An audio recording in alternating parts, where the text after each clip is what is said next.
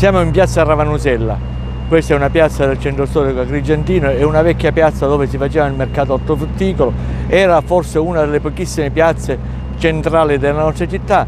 Adesso invece, dopo tanto tempo di degrado, di abbandono, la stiamo ripristinando. Se vi ricordate, qua c'era anche un distributore di carburanti ed è assurdo che un distributore si potesse trovare proprio in pieno centro storico. Finalmente abbiamo liberato la piazza da tutto quello che non andava, stiamo facendo una pavimentazione storica e poi, visto che nel progetto al centro si era prevista un'aiuola, ho voluto donare alla mia città un ulivo secolare, un ulivo che viene dalle campagne di Giardina Gallotti Montaperto.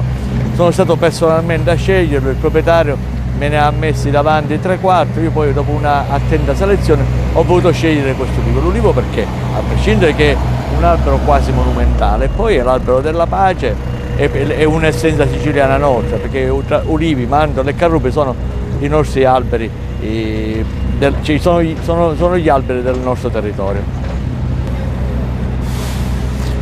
I lavori procedono in maniera incessante, penso che in un paio di mesi la piazza sarà consegnata, spero anche fine del mese prossimo, e ci sarà anche un'illuminazione artistica anche per illuminare questo albero che voi vedete qui alle mie spalle. Colgo l'occasione per ringraziare l'ingegnere Cocina, il responsabile della protezione civile regionale, che con fondi regionali mi ha dato la possibilità di poter realizzare quest'opera.